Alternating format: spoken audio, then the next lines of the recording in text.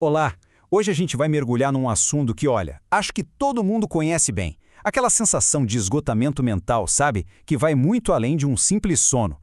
Vamos tentar entender o que realmente acontece com o nosso cérebro quando ele chega nesse ponto?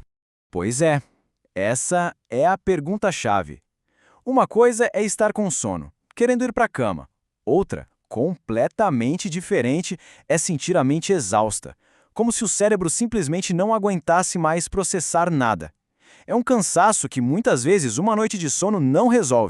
E os sinais são bem claros, né? A dificuldade de focar numa coisa só, a atenção que simplesmente voa a todo momento, de repente uma instabilidade emocional, um pavio mais curto, tudo isso somado àquela falta de energia e uma vontade imensa de, sei lá, largar tudo. Esses são sintomas bem clássicos de que o cérebro está pedindo socorro.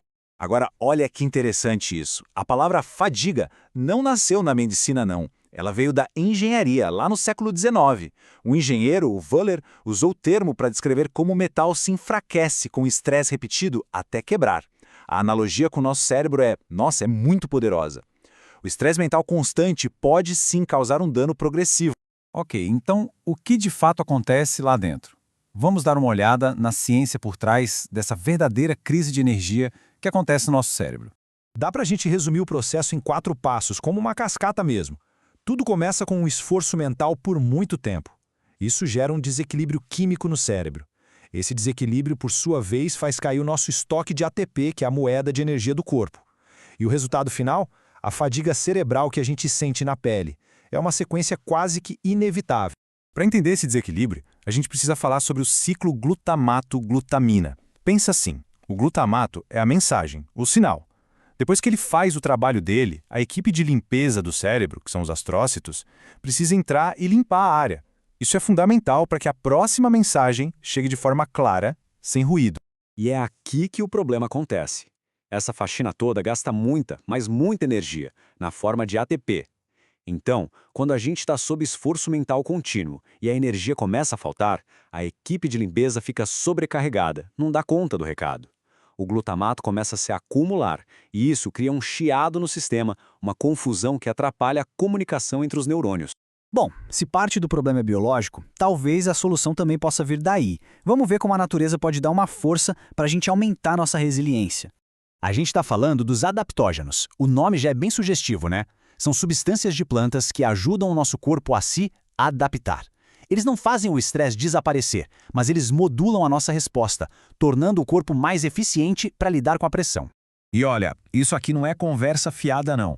Plantas como a rhodiola, a ashwagandha, o ginseng, elas foram muito estudadas. A ciência já identificou os compostos ativos, quer dizer, as moléculas específicas que geram esses efeitos. Existe uma base bioquímica bem sólida por trás disso. Mas não é só sobre o que a gente coloca pra dentro, né? Tem também o que a gente faz no dia a dia. Agora vamos para uma abordagem mais comportamental, a regra dos 90 minutos. Isso é fascinante. O nosso corpo funciona em ritmos. A gente conhece bem o ritmo de 24 horas do sono, mas durante o dia existem ciclos mais curtos, de 90 a 120 minutos.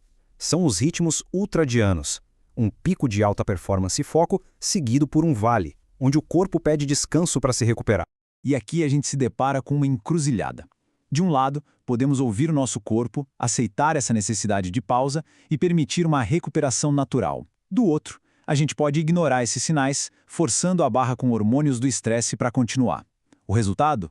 Mais erros, esgotamento e, no fim das contas, o corpo força a parada de um jeito ou de outro. Ok? Entendemos a biologia, vimos algumas estratégias. Agora, que tal a gente parar um pouco para refletir? Trazer tudo isso para a nossa realidade. A primeira pergunta é sobre autopercepção. Quais são os seus primeiros sinais? Talvez um bocejo ou uma dificuldade de reler a mesma linha.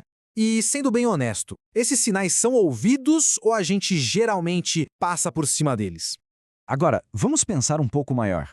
Essa nossa ideia de produtividade como algo que tem que ser constante, sempre para cima, como isso bate de frente com a nossa biologia, que é toda feita de ciclos de altos e baixos, como a gente lida com esse conflito? Essa aqui é para a gente pensar nas nossas escolhas. Na hora do cansaço, qual é o impulso? É buscar algo rápido para mascarar o sintoma, tipo mais um café? Ou é buscar algo que fortaleça a capacidade do corpo de lidar com a situação, de dentro para fora? Agora um exercício prático de imaginação.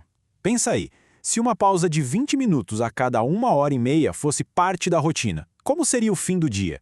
Será que a qualidade do que foi feito e, principalmente, o bem-estar seriam diferentes?